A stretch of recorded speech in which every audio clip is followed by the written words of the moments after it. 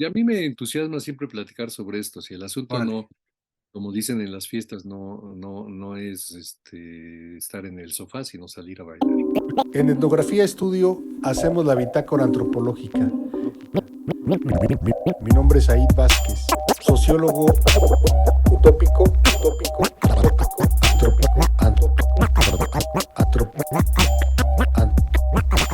antropólogo indecente. Hola, yo me llamo Alan Derbez y estoy aquí para platicar distintos temas. Uno, me imagino, será el del jazz. Yo tengo un libro escrito alrededor de ello, o tengo varios, pero hay uno gordote, gordote, que siempre hago la broma que si le falta una parte a su mesa y la mesa está coja, ese libro puede servir para ello, independientemente de que lo lea o no. Y ese mismo libro que salió en el Fondo de Cultura, que se llama el Jazz en México, va a salir pronto en este año en una nueva edición corregida y aumentada. Soy escritor, toco saxofón, hago radio, estudié historia y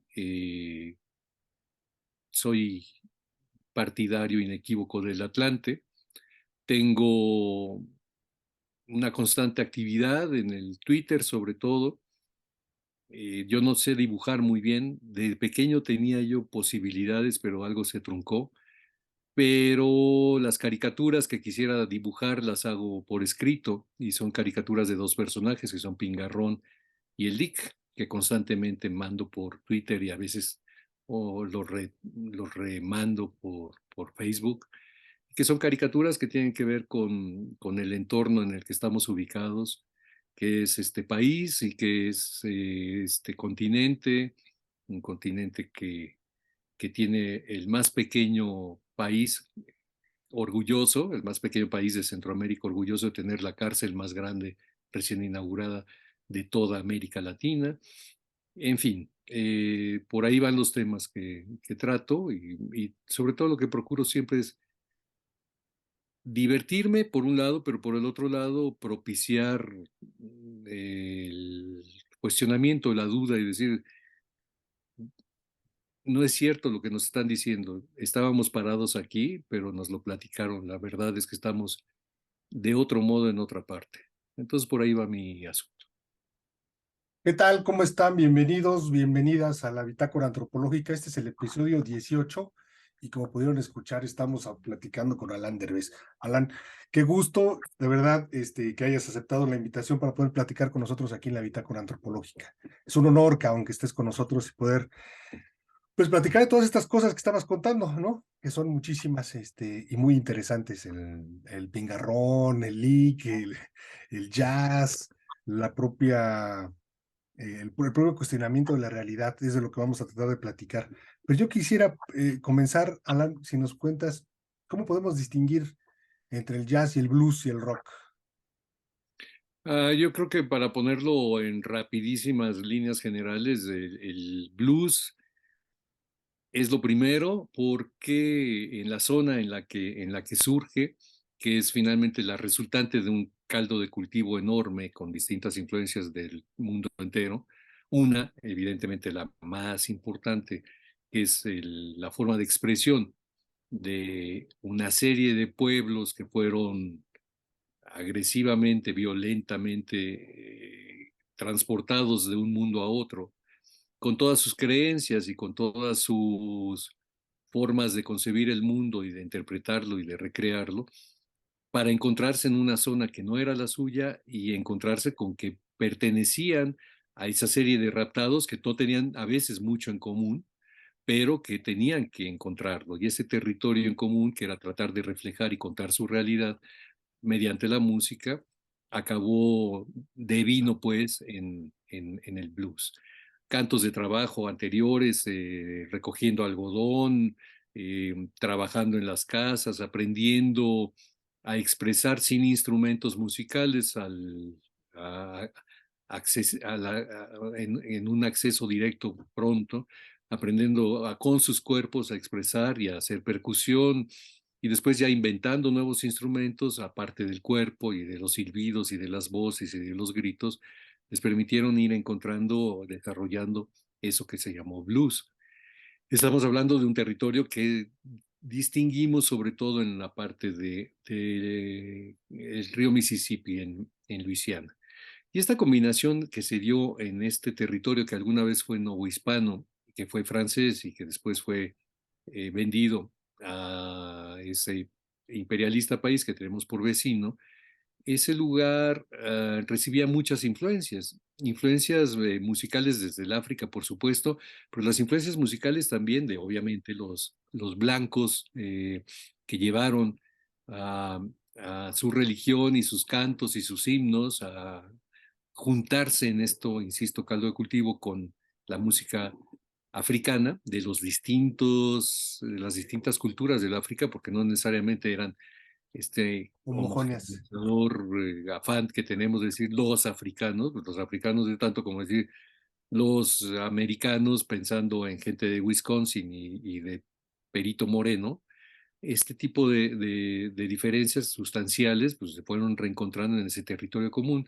Y en ese territorio común, por ejemplo, venían otros migrantes forzados desde Canadá, que eran los acadianos, los que dieron lugar a al grupo de Mississippi abajo que llegó hasta Luisiana, que hizo que finalmente viniera la música Cajun, la música con acordeón, con otros cantos diferentes, con otra manera de concebir la religión diferente. Entonces, todas estas mezclas, la música venida de Inglaterra, la música venida del África, el quehacer musical también venido con el acordeón incluido, los cantos desde Francia, vía franceses del Canadá, y a los acadianos, más otras muchas mezclas, entre otras, la música que vino del territorio al sur del río Bravo, dio lugar a este tipo de música que devino jazz desde el blues.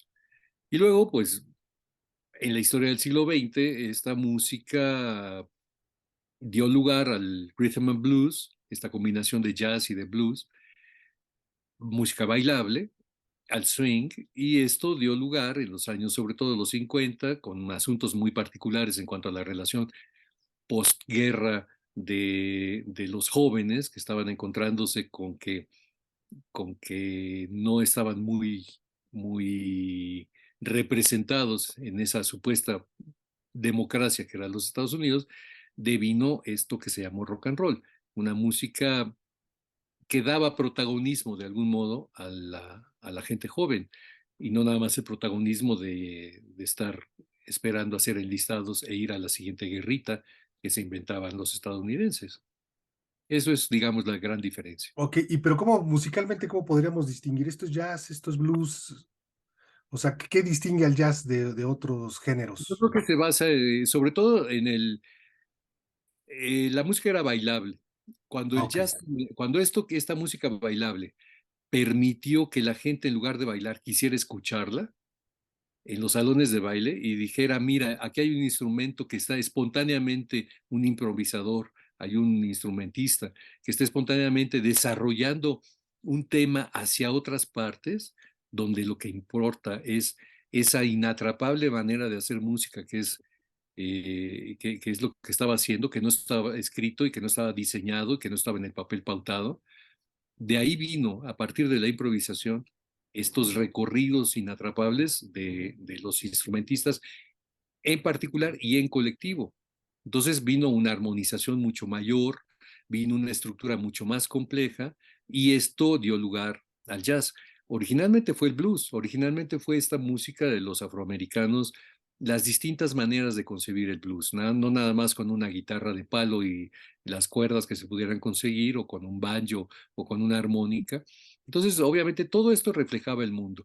El jazz empieza a reflejar una personalidad individual en la colectividad. Yo creo que por ahí va.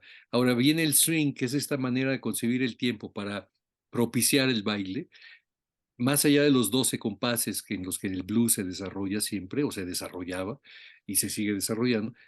Vino el swing, vino la música bailable, pero también vino lo que digo, una capacidad de cada instrumentista con su genialidad de expresión.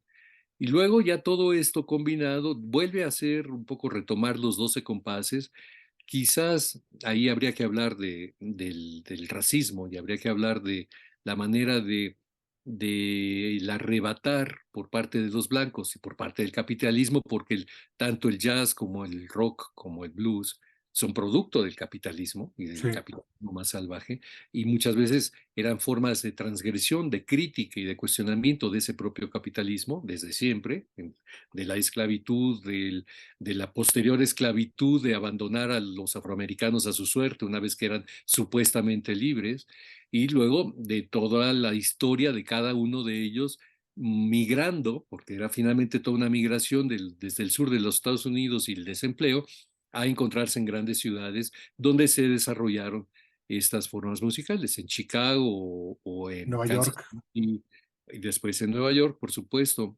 Y entonces, digamos, estas son las grandes diferencias, ¿no? Ok, Y los músicos, hay que pensar en el papel de la radio, hay que pensar en el papel que tiene también el poder hacer tu música para un público más amplio, pues esto es la tecnología al servicio del quehacer musical, el poder hacer música y que sea grabada y que las grabaciones puedan durar un poquito más de 3 minutos, como duraban los discos de pasta o los rollos anteriores, entre otros, digamos, muchísimos asuntos que hay que entender para encontrar la historia del jazz. Y por eso platico en el libro, en los libros que he escrito, que no se puede descontextualizar. Finalmente todo tiene que ver con la historia y todo tiene que ver con la historia social. ok, por ahí iba yo. Entonces tenemos en el contexto de esta música, me gustó mucho lo inatrapable, ¿no? Una armonía inatrapable, que hay complicidades de por medio en el jazz, ¿no?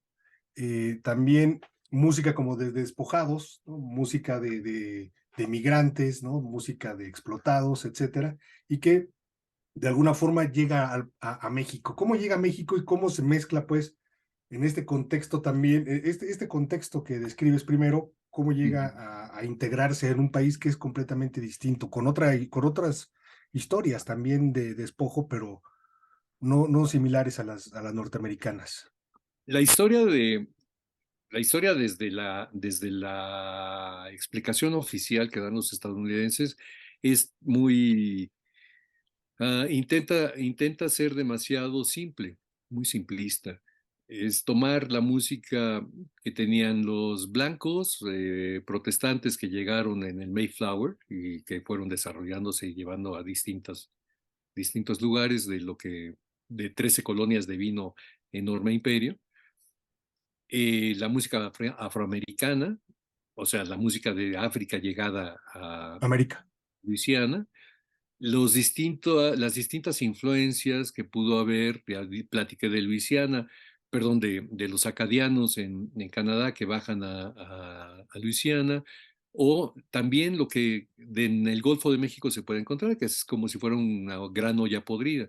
Y en el Golfo de México está la música que desde España pudo haber entrado a la Nueva España y que se fue desarrollando, que de manera popular que originalmente estaba utilizada por los curas para intentar como el teatro congregar a sus fieles, a sus posibles fieles, y que tomando influencias de la música del sur de España, luego entonces de la música árabe, empezaron a desarrollarse e incluso a crear letras que fueron muchas veces pecaminosas y terribles, como el chuchumbé en el son jarocho o como la música huasteca. Todo esto necesariamente porque hay que pensar que la frontera en el siglo XIX Nada más. no era sino un enorme colador de hoyos muy grandes y sigue siéndolo. Pero en la historia oficial nunca tomaron el elemento venido desde México tan claramente. Hubo algunos investigadores, pienso en John Storm Roberts, por ejemplo, que hizo el toque latino, o el mismo Jelly Roll Morton, que tenía un pianista y compositor, que tenía su tarjeta de presentación que decía que él era el inventor del jazz, que agradecía el elemento latino, que agradecía la música que venía desde México y que agradecía la música que venía desde Cuba. Hay que pensar en que, por ejemplo, en este asunto imperialista, bueno, los estadounidenses cuando van y le declaran la guerra a España y van a poner el barco aquel, el Maine, y es explotado am, en las aguas de La Habana. Eh, Son músicos, son soldados que muchos saben de música y que encuentran la música cubana y la regresan y la insertan entonces en la música, en su quehacer propio, en el jazz, etcétera. Entonces, todo esto, evidentemente en la frontera estaba, y estaba ese ir y venir de influencias. Y cuando pensamos que en los años 20 ya del siglo XX, en la prohibición, cuando pensamos en la prohibición del alcohol, El alcohol. de los puritanos, en general todos los actos de poder de los blancos puritanos han desarrollado elementos que los ponen al final en crisis. Y uno de ellos fue, bueno, prohibamos el alcohol. Antes, por ejemplo, va a venir la Primera Guerra Mundial. Expulsemos entonces a las casas de citas y a los prostíbulos de Storyville, etcétera. Y entonces con esto lograron que mucha gente, muchos músicos de jazz se fueran Mississippi arriba y llegaran a crear una escuela de jazz de Chicago, en fin. Entonces, todos estos elementos explosivos, como pudo haber sido tanto el inicio de la Primera Guerra Mundial como lo que platicábamos también, fueron, la prohibición, fueron llevando a públicos estadounidenses y a músicos estadounidenses a nuestra frontera, a lo que un día decidieron, un día de la Candelaria, decidieron, después de arrebatar medio territorio, que fuera nuestra frontera, ya no en el Nueces, sino en el El río, Bravo. ¿no? En el Grande.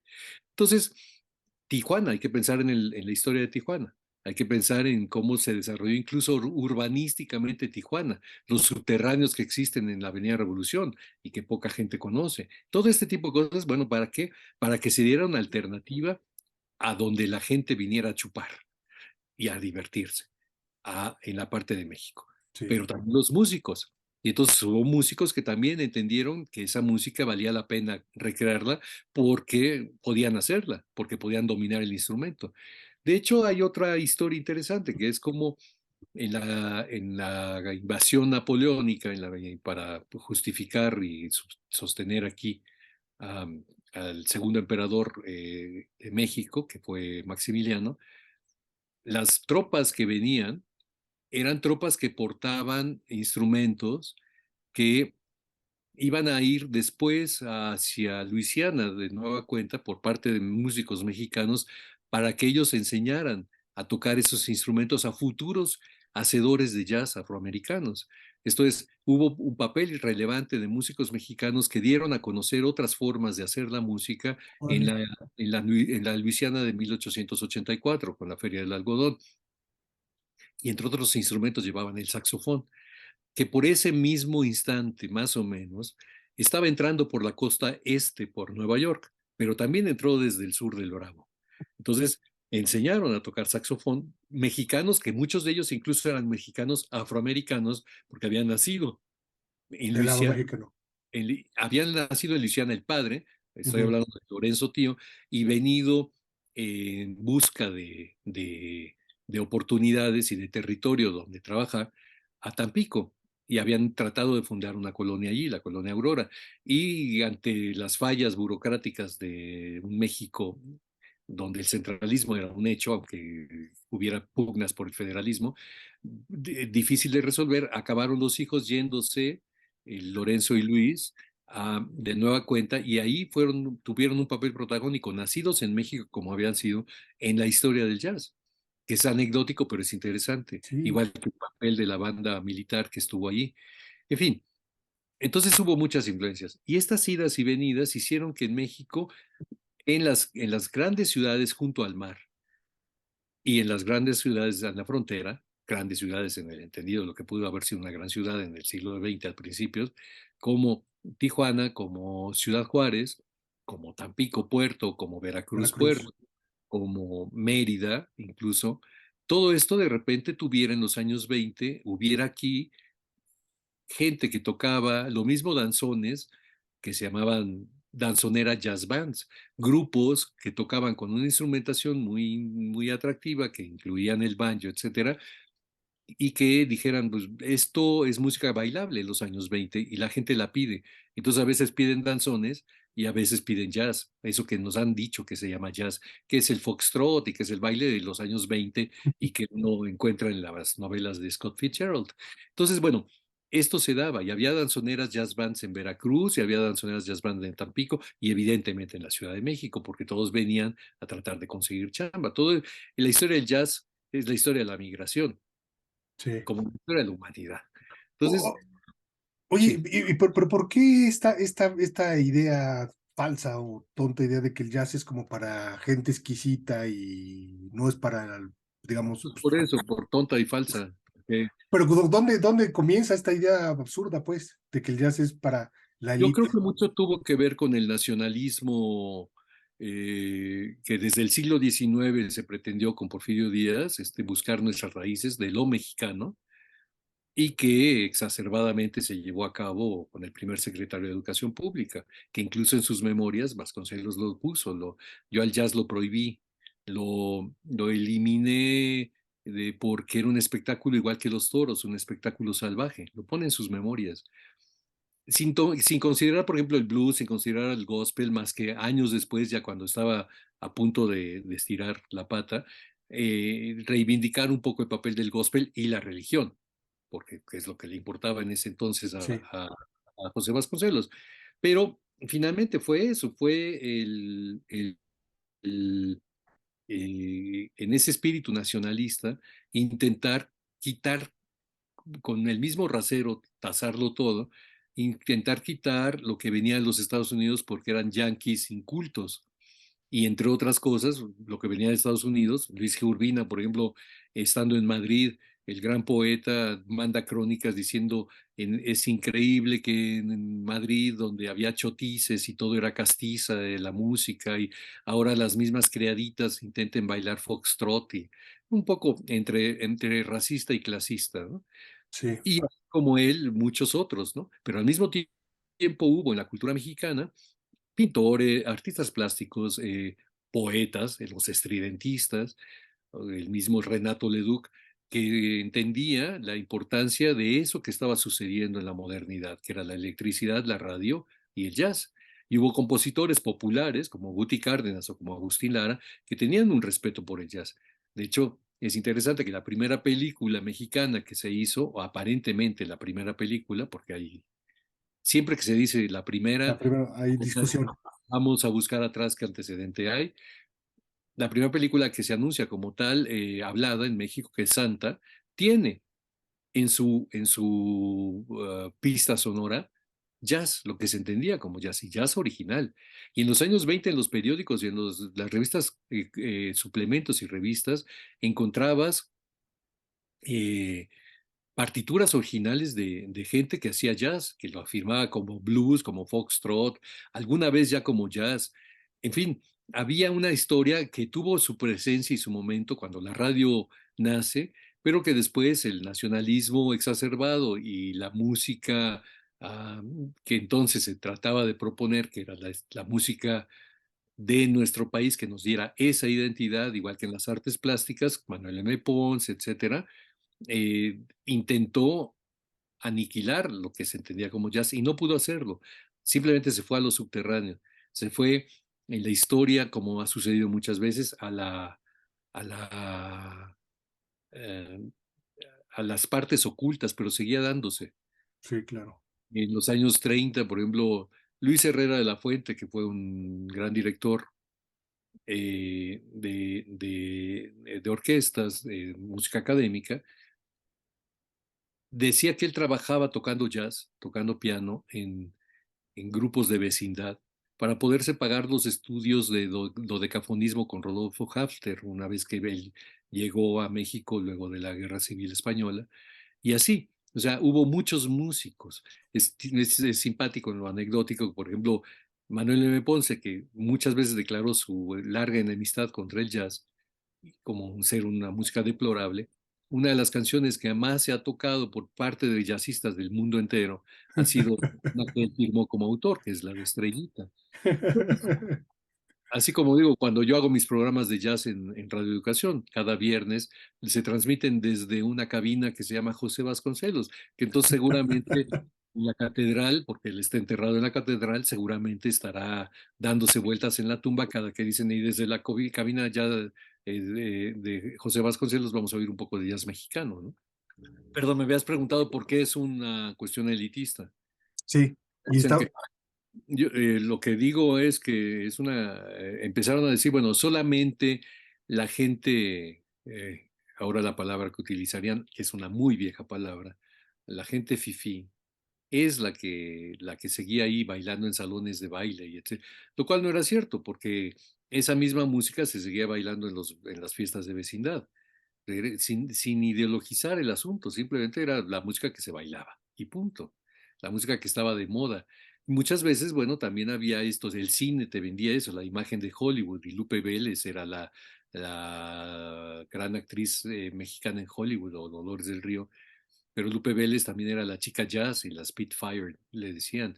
Y, y toda esa imagen que desde los Estados Unidos, como decía Lerdo de Tejada, esta invasión que ojalá y no nos arrepintamos de nada con ella, pero finalmente Lerdo de Tejada, que siempre despotricó contra el jazz en 1929, dijo, bueno, ni modo, pues es lo que pide la gente, es lo que tocamos, es el huesito, ¿no?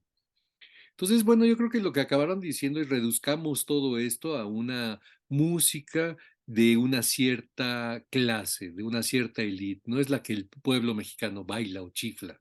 No es la música que está en las músicas mexicanas de allá en el Rancho Grande, las películas mexicanas de allá en el Rancho Grande o incluso La Mujer del Puerto, ¿no? así, dejaron la quitaron de lo popular, digamos. La quitaron de lo popular y la sustituyeron, digamos, los grandes bailes de los años 40 con las grandes orquestas mexicanas ya empezaron otra vez a popularizarse, ¿no? ¿Por qué? Ujú. Porque tenían una presencia que se dio incluso una vez más justificada en los Estados Unidos, porque músicos de los Estados Unidos estaban entrando a pelear de nueva cuenta en una nueva guerra, ¿no? Entonces los mexicanos tuvieron la música de Luis Arcaraz, esa orquesta empezó a tener una presencia tanto en México como en este afán que tenemos de buscar la bendición en el extranjero para llegar y decir somos benditos, como pasaba, no sé, con Melesio Morales en el siglo XIX en México, que iba, triunfaba presentando una ópera en Roma y entonces ya aquí ya se le consideraba como un compositor. Entonces es un poco, en mi libro lo platico como pregunto cuál es el colmo de Drácula, ¿no? Y el colmo de Drácula es, contra las respuestas que puede haber sido suscitado muy ingeniosas, finalmente el colmo de no saberse, de no poderse ver en el espejo. Luego entonces no ser sino la imagen que alguien le dice con buenas o con malas intenciones que es, porque no sabe cómo es. Y en México la identidad en nuestro país ha sido esa desde el siglo XIX, irte y comparar y recibir la bendición de otras partes, y en el jazz no ha sido la excepción. Tienes que recibir, aparentemente muchos músicos así lo piensan, La la bendición bendición, de otra parte, y no, y entonces ya vienes y triunfas, ¿no? el reconocimiento por fuera. En un entorno donde finalmente tampoco hay un contexto en el que te puedas menear mucho, porque el jazz todavía no da esas posibilidades como decir, bueno, me quedo en mi país, voy a hacerlo aquí. Entonces muchos prefieren regresarse y ser cola de ratón y no cabeza, ¿no? En fin, este tipo de asuntos. Eh, pero digamos, el jazz ha sido una historia larga y duradera que a veces aparece, otras veces con la burocracia y con el autoritarismo vuelve a desaparecer, pero sigue allí. ¿Y Y la cuál? élite, es tontísima la pregunta, pues a mí ya me desespera mucho Sí, sí, sí, sí. porque también en la educación puedes pensarlo, lo que la educación hace en México y en todas partes, pero sobre todo en México, es que siendo un niño, una criatura, eres espontáneo e improvisas y resuelves tu mundo a través de las armas que vas teniendo y de las formas de expresión y de comunicación que vas teniendo. Pero todo lo que te hace la escuela, la religión, es irte cooptando esos territorios La propia cultura, ¿no? de expresión espontánea para persinarte y arrodillarte y repetir el catecismo, pero también repetir las lecciones, apréndetelas de memoria. En fin, no seas espontáneo, ¿no? No seas, no hagas más que repetir, porque eso es ser educado. ¿no? claro, Entonces, sí. ser espontáneo, ser improvisador, proponer eso como una alternativa de aprendizaje, es una forma de transgresión contra todos los sistemas. El Sí, jazz, claro. ¿no? En todo sentido, ahí el jazz te enseña a ser protagonista de tu propio quehacer, luego entonces transgresor. Órale, qué interesante, porque efectivamente estabas hablando, yo estaba pensando en la cultura es eso, ¿no? No tienes que saludar, tienes que hacer esto, no puedes decir de esta forma, ¿no? No puedes, Porque eh, si no eres eliminable, maleducado, eres ¿no? marginable, marginal y carne de cañón para ser el próximo integrante de un sanatorio psiquiátrico. Muy bien. Oye, y hay un auge, digamos, en México bueno, quisiera hacer esta pregunta, pero también regresar a lo que platicábamos antes sobre tu tesis, que propusiste una tesis, me decías, de la historia del jazz en México y te dijeron, mejor hacemos otra cosa, ¿no? Claro, y lo que me da mucho gusto y que por ejemplo ahora en la próxima edición del libro del Fondo de Cultura lo pongo, es que décadas después de que yo haya presentado esta opción y que me la eliminaron como absurda, porque no tenía, es cierto, era difícil encontrar un sinodal, era difícil, o sinodales, era difícil encontrar una bibliografía, era un planteamiento pues, que no muy atractivo para el momento además de la facultad donde el materialismo histórico era Dios. Entonces era muy difícil pensar en, bueno, podemos hacer esto también, ¿no? Una historia del jazz en México desde el materialismo histórico, ¿no? Pero era más fácil pensar en otra alternativa. Pero lo que me da mucho gusto, y ahora también cito, es que hay ya muchas tesis donde mi libro es bibliografía, donde las anteriores ediciones forman parte de la bibliografía, de jazz en México, de periodos específicos del jazz en México, del Universal Ilustrado, por ejemplo, y su acercamiento al jazz en los años 20.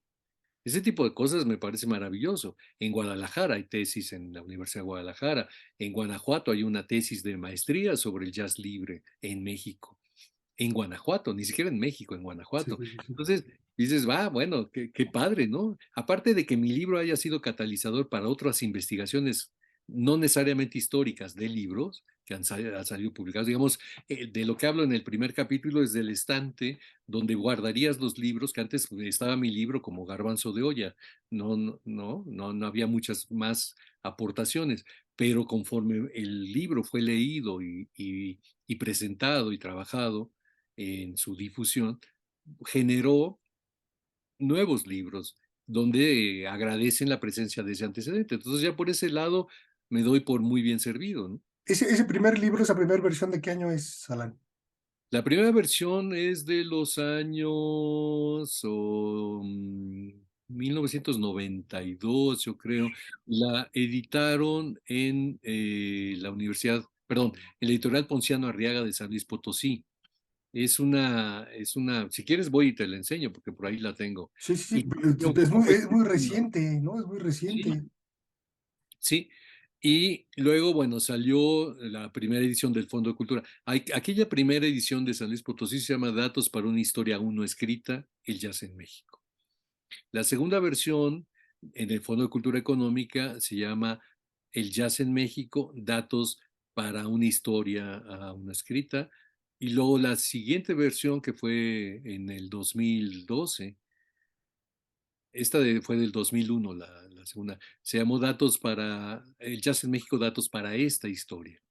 Y ya es un libro gordo, gordo, gordo, gordo. Y Ese para luego la mesa. para la mesa. Y la siguiente versión, que espero que no haya problema con el título, se llama El Jazz en México, la que va a salir en este 2023, o sea, 10 años después de la anterior versión, Sí. aunque hay una versión para libro electrónico en el 2015. La siguiente versión, corregida, aumentada hacia adelante y hacia atrás, o sea, investigaciones que tienen que ver sobre la presencia del jazz en México antes de los años 20 y después del 2020, digamos, ya en el 2022, se llama El Jazz en México, datos, yo tengo otros datos, No tengo otros datos. yo tengo otros datos. Aprovechando el retobo y el reempujón, espero que no haya problema, pero pues me imagino. Está bueno el nombre. Sí, está bueno. Oye, pero, ¿qué, primero fuiste historiador o primero fuiste músico?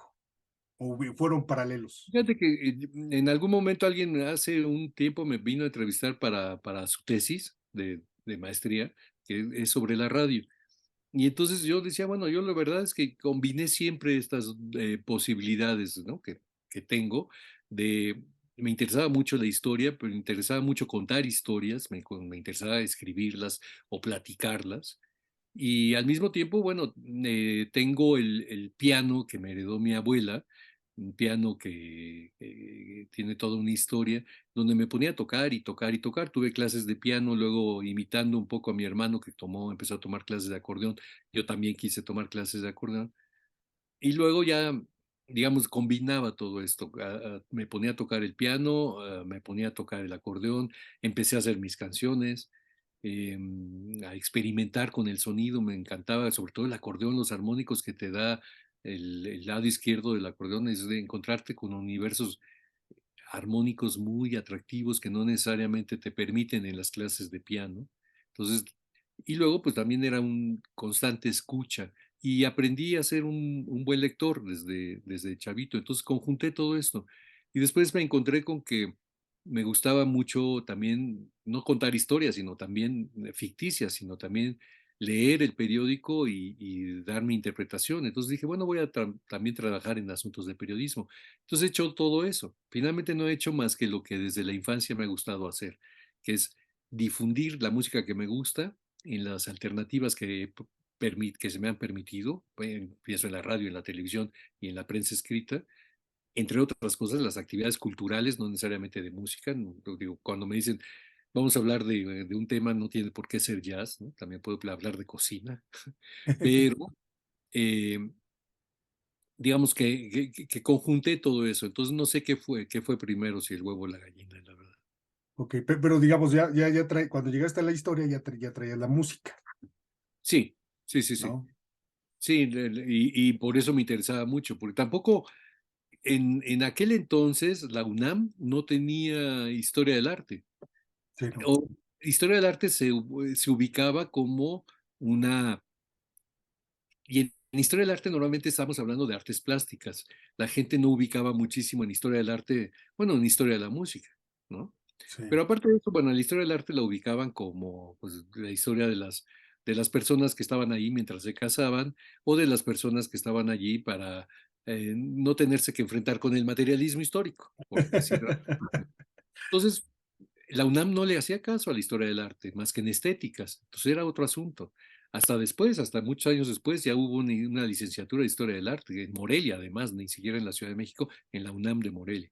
Entonces, bueno, era difícil pensar en una historia del jazz en México, en dónde ubicarla desde el principio, ¿no? Oye, ¿qué nos puedes contar del libro de la historia de México, de la historia del jazz en México? De algunos músicos, algo ahí. Que eso también, hay por ejemplo una parte interesante, Evodio Escalante en algún momento en un librito que le publicamos hace algún tiempo, una plaqueta, hablaba de los mitos cortasarianos, hablaba de, por ejemplo, el perseguidor de Julio Cortázar, que es este relato sobre un personaje que se llama, un personaje ficticio que se llama Johnny Carter, que está basado en la vida de Charlie Parker, que es un gran mito.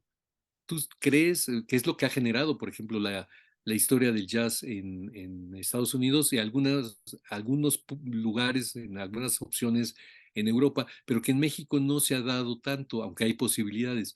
Una historia de una figura mítica, una figura real que deviniera mito en la historia de nuestro país desde el lado del jazz. Un poco comienza a darse con algunos personajes que pudieran ser bien retratados y luego generar una ficción alrededor, pero no necesariamente hay todavía esa gran figura. Yo trato de pensar en el libro en grandes figuras del jazz en México que fueron definitivamente protagonistas para cambiarle, darle un giro a la historia del jazz en México y que se recuerdan no necesariamente por haber sido muy fieles escuchas incluso actualmente en discos de lo que hicieron, pero que son nombres que alguien citará cuando se habla del jazz en México. Evidentemente pensamos en el, hasta el año pasado, aparentemente eh, eterno, Tino Contreras, baterista, pero también podemos pensar en un gran protagonista del jazz desde el lado de la trompeta, que era Chilo Morán, o Mario Patrón, o por ahí un jazzista que se perdió y que nadie supo de él, que era un gran saxofonista y flautista, Ramón Negrete, o mujeres en el jazz protagónicas de su quehacer, como Olivia Revueltas, o como la introductora del jazz libre en México, que fue y sigue siendo presente y protagonista de su quehacer, que es Ana Ruiz, con Henry Weston, saxofonista mexicano, con nombre no necesariamente muy mexicano, y hay otros tantos, ¿no? Eugenio Toussaint, por ejemplo, ¿no? Que justo ayer, o hoy, no, ayer, se recuerda un aniversario más de su muerte. Entonces, Enrique Neri, en el libro nuevo, en la nueva edición va a salir una pregunta que hago, bueno, un cuestionario que hago a distintos jazzistas. Si hubiera una colonia del jazz en México, así como hay una colonia de periodistas, de los periodistas ahí rumbo a Tlalnepantla, pasando San Joaquín, una colonia en el periférico que es colonia de los periodistas con nombres de periodistas. Bueno, si hubiera una colonia de jazzistas mexicanos, ¿a quién pondrías? ¿A quién sugerirías? ¿Y para ocupar qué? Boulevard, avenida, calle, Callejón. andador, privada, callejón, glorieta, etcétera, ¿no? Entonces se lo pregunta a distintos hacedores de jazz en nuestro país y mucha gente propone algunos que se repiten. Entonces, ¿y por qué razón? Un respeto a un maestro que probablemente no fue tu maestro, pero que sabes que es una figura que allí está. Pienso en Enrique Neri, pianista, ¿no? Y la siguiente pregunta es si tú estuvieras en esa colonia, ¿qué te gustaría hacer?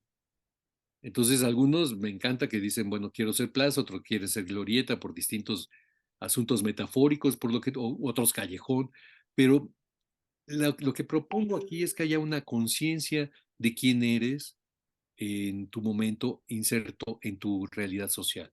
Que eso es por lo general lo que no existe demasiado entre los jazzistas, ha existido mucho más en el rock, en los rock and rolleros, que de pronto saben lo mismo el hijo de Díaz Ordaz, rock and rollero, de qué se trata el asunto desde el poder, o gente que en su momento fue cuestionadora y protagónica de las más agrias reacciones de la censura desde el poder, como Alejandro Lore y el Three Souls in My Mind y luego el Tri, en fin, pero en el jazz es difícil encontrar esa gente que tiene conciencia de cuál es su presencia en su entorno y su papel, pero ya lo hay, y ahí entonces también se refleja en su quehacer musical.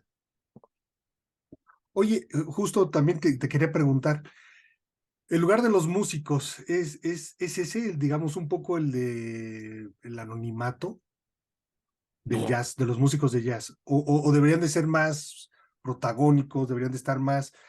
Lo pienso en el sentido este de que a veces la gente cree que cuando se vuelve como popular, se vuelve comercial y se vuelve ya chafa el asunto. Esto mantiene al jazz, digamos, esta onda medio underground, mantiene al jazz como con una cierta esencia y cierta calidad, o sí debería de ser más vista, pues. yo Y creo, esto que dices, y tomar un papel importante como de conciencia social y más activos. Yo creo que no, yo creo que no, nadie busca ser anónimo. Uno busca el lugar donde encuentra a sus públicos, porque aparte lo interesante del jazz es esa interacción entre el público y el Y el hacedor músico. en ese momento de la música. Entonces, si puedes tocar, lo que pasa es que no lo conciben así, pero si hubiera un gran festival de jazz donde, como sucede en otras partes, donde está Chick Corea o donde está Había uno en Cancún, ¿no? Pat Metheny, sí, hay. Bueno, el año pasado se suspendió por asuntos, supongo, de cambios de Pandémicos. gobierno, etcétera, porque finalmente la política sigue teniendo, afectando todo el tiempo el quehacer, sobre todo se nota en el jazz, que siempre está cogido de pinzas en un alambre que muchas veces se puede cerrar porque esté la azotehuela más lejana de donde llegan las visitas. Pero bueno, si uno es capaz como músico de tocar en cualquier parte, en grandes festivales, en grandes escenarios, como en un rinconcito donde caben 15 personas y están fascinadas y te fascinan a su vez por la interacción de estar escuchando esta música que tú estás proponiendo. Entonces yo creo que no importa, no importa el tamaño de auditorio que puedas tener, mientras que propongas algo.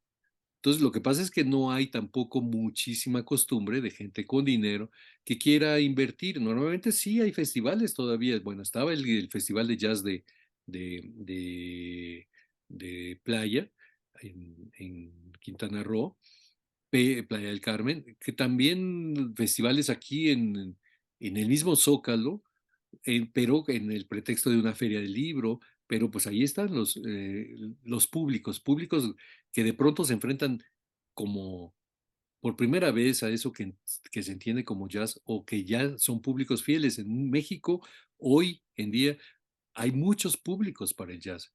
El que va a a oírnos los viernes a un lugar en Coyoacán, lo mismo que el que puede, como en los años 60, llenar el Teatro de los Insurgentes, que es un teatro muy grande, para escuchar festivales de jazz mexicano, ¿no? Que esto no hay mucha conciencia. Mientras más haya esta idea de romper los prejuicios y los lugares comunes, como el jazz en México no existe porque no es de negros, el jazz en México no existe porque no eres gringo, el jazz todo este tipo o el jazz en México tiene que ser vestido con canana y con traje de manta para que sea mexicano, este tipo de tonterías.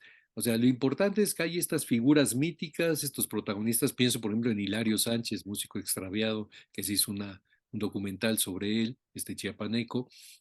En fin, hay como muchas posibilidades de encontrarte con cualquier lugar. De hecho, muchos jazzistas, grandes jazzistas, que tocan música comercial, han tocado en el Auditorio Nacional lleno 1000 veces, acompañando, claro, a Luis Miguel o a Antonio Aguilar o a Pepe Aguilar o lo que sea, pero, pero no hay una falta de costumbre para cualquier escenario. Bellas Artes tendría que proponer una presencia constante del jazz desde nuestro país y no lo hace porque siguen teniendo temor a toda esa serie de lugares comunes que los siguen alimentando, que hicieron que en los años 60, cuando se da el primer concierto en la Sala Grande de Bellas Artes con un jazzista mexicano, hubiera un boicot contra la trompeta de Chilo Morán, o en fin, ese tipo de cosas. Sigue habiendo esto, esta gente que cree que la música de jazz es elitista, la gente que no debería de ser comercial, bla, bla, bla. Ahí está Antonio Sánchez, que es una figura del jazz desde México, claro, bendecida en los Estados Unidos y que recorre los escenarios internacionales en la idea clara de que es un jazzista mexicano. Y ese jazzista mexicano no ha perdido contacto con la realidad mexicana y la sigue proponiendo. Por ejemplo, con sus discos, con el puro nombre, ¿no? El de Migration. Esta idea de, bueno, ¿qué es la historia de un migrante? Que es la historia de miles y miles de mexicanos que siguen yendo como desde antes de la revolución, y más enfáticamente después de la revolución, siguen yendo a los Estados Unidos a trabajar y conseguir dinero para mantener a sus familias aquí. Sí, a mí me sorprende que casi diario, o si no es diario, hay un tuit tuyo donde pones este es el disco este, imprescindible o algo así, pues, ¿no? Del rock, Sí, del un jazz disco que pongo de harina y de huevo. de harina y de huevo Lo del lo jazz que pasa ya mexicano. también, que finalmente es como darte de tumbos contra un enemigo invisible, porque ya hablar de discos en este momento es hablar de documentos, nada más, de documentos que habría, si hubiera interés, a intentar acercarnos a ellos, porque ya el disco, bueno, ya es también para muchos algo que no es habitual, es algo que no se consulta, es algo que no se tiene, porque ya las plataformas digitales han sustituido. Pero es Sí. como los libros, nunca se van a morir, son documentos que están allí y que es un placer acercarse a ellos. No, y que da testimonio, lo que quería decir es que da testimonio de que hay músicos y que hay jazz en México, pues, ¿no? ¿Sí? Oye, yo quisiera hacer una pregunta demasiado inocente, cabrón, pero no puedo dejar de hacerla. Estudias o trabajas. A que no se les al pan. Oye, ¿crees que la música, cuando hablabas de Cuba y este rollo, me vino a la mente, se incorpora el jazz a la música tropical? Estoy pensando en estos músicos salseros de Nueva York, ¿no? Ujú. Con metales, etcétera.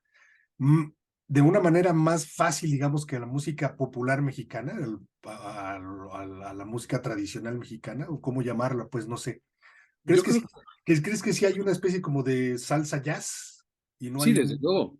Y aquí te hablaba del antecedente de cuando los músicos que eran soldados llegan, muchos afroamericanos, a Cuba y se encuentran con el son y se Ajá. encuentran con el danzón y se llevan la rumba, aprenden, digamos, lo que es la clave, entienden esta forma de concebir el ritmo distinta al swing y se la llevan a su manera a Estados Unidos de vuelta.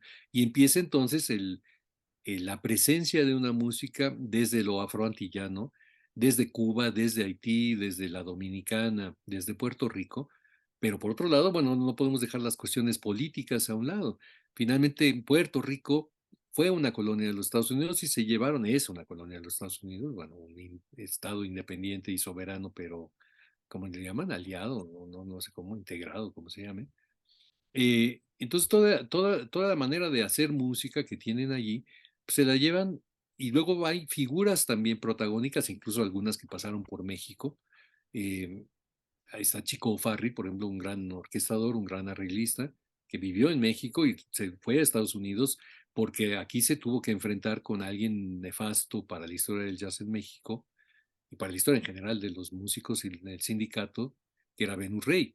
Entonces, Mm, bueno, todo este tipo de cosas, bueno, llegan allá con los vivoperos, empiezan Chano Pozo, por ejemplo, empieza a llevar la percusión y hay músicos, grandes músicos vivoperos como Dizzy Gillespie, que dice, ah, mira, aquí hay una vena, ¿no? Aquí hay una beta y vamos a echarla a andar, sin concebirlo así, como que hay una beta de vamos a aprovechar la oportunidad. Simplemente entendemos que lo que está haciendo esta persona puede funcionar muy bien, porque el jazz no es sino la posibilidad enorme de incorporar todas las músicas. Si hay algo que fusiona, mezcla y es una olla podrida, es el jazz, no hay de otra. Y así ha sido y seguirá siendo.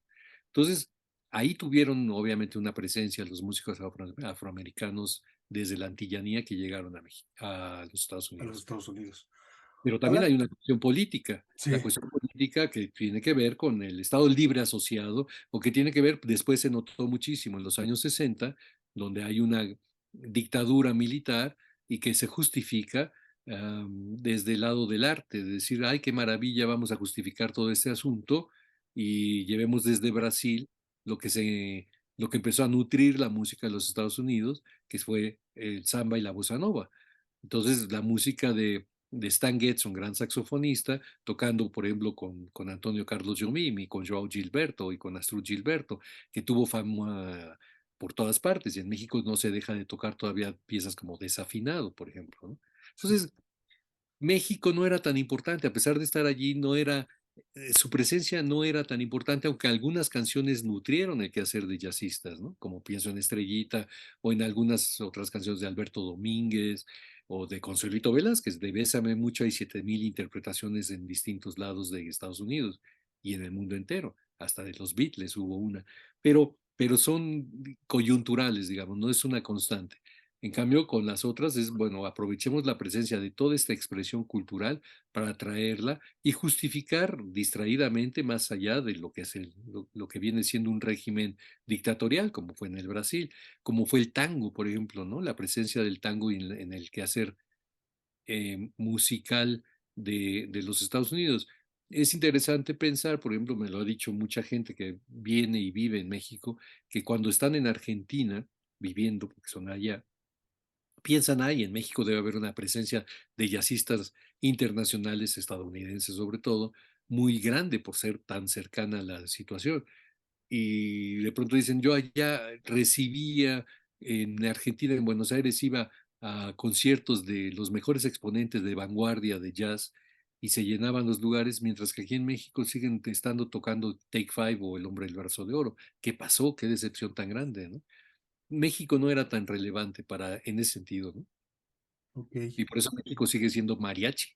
sigue siendo mariachi. Alan, fue un placer, de verdad, poder platicar contigo. Aprendimos muchísimo en este episodio. Eh, pues muchas gracias por ser tan generoso y poder compartir tu tiempo y tu conocimiento. No, pues Gracias, la Alan. invitación, yo estoy puesto como calcetín para cualquier otra ocasión. Oye, ¿cómo concluyes? ¿Cómo cierras esto? Digamos, ¿cuál es la moraleja de este episodio, de esta plática?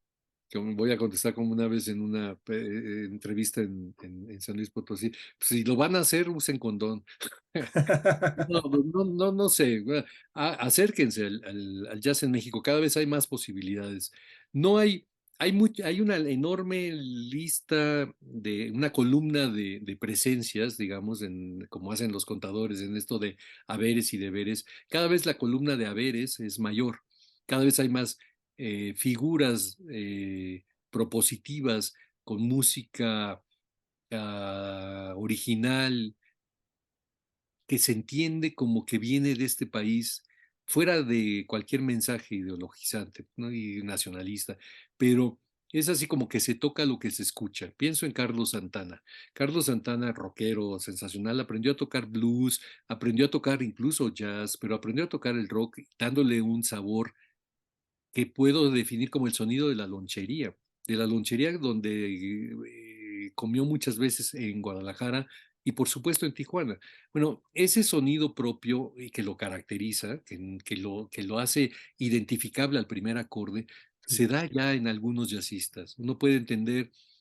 Claro, hay muchas figuras que comparan los personajes que saben de jazz y dicen, este es igualito que este otro. O sea, no, señores, acérquense a, no sé, grandes exponentes del jazz y encontrarán ese sabor de aquí, encontrarán su manera de de estar tocando lo que mamaron desde la infancia, de tocar lo que escucharon desde la infancia. Entonces ya cada vez hay más eso, menos intenciones de copiar y más posibilidades de proponer. Pues lo que necesitamos son vitrinas. Entonces, en los saberes hay una larga lista. En los deberes, la lista sigue siendo mucho más larga. Entonces, en los deberes necesitamos presencia de los jazzistas en los medios para ser entendidos, para estar en una vitrina. Pienso, por ejemplo, en los discos de bolero que hizo el contrabajista Charlie Hayden, de lo cual hablo en el libro, donde piensas, bueno, ¿por qué si están tocando boleros mexicanos, no llamó a grandes exponentes del jazz, este contrabajista estadounidense, para tocar con ellos, para tocar piezas de Agustín Lara o de Arturo Castro o de Mario Ruiz Armengol o de José Sabre Marroquín? Incluso hay un disco completo de obra de José Sabre Marroquín. Y como me dijo Charlie Hayden, porque no los conozco. Entonces lo que nos falta es precisamente eso. Mi libro, la gordura del libro, ha propiciado que al menos en Canadá o en España, donde lo he presentado, en Francia o en Bulgaria, la gente diga, todo esto hay, porque ven el libro y dicen, ¿en serio? Estás grueso, ¿no? Está grueso el libro y está grueso todo. Bueno, eso, necesitamos esas vitrinas. Entonces, ¿cómo concluyo? Dejen las vitrinas vivas y déjenlas en paz. Hablo de los funcionarios culturales de los gobiernos de toda la Haya, que lo primero que hacen es eliminar al jazz, como si fueran Vasconcelos. Eh, Usarlo cuando les conviene adornarse y olvidarlo cuando en el presupuesto algo empieza a apretujarse. Entonces, seamos coherentes, nada más. Yo creo que las embajadas mexicanas tendrían que tener en su haber, como tarjetas de presentación del quehacer cultural de nuestro país, Una discos, lista. discos de jazz e incluso propiciar la grabación de estos discos de jazz, como se hace en otras partes, en Noruega, en Finlandia, pero también en España y en Brasil. Bueno, esto es el jazz mexicano, esto es el jazz desde México. Aquí están, acérquense, tráiganlos, propónganlo, promuévanlo. Gracias, Alan. Que les vaya bien a todos. Salud. En Etnografía Estudio hacemos la bitácora antropológica.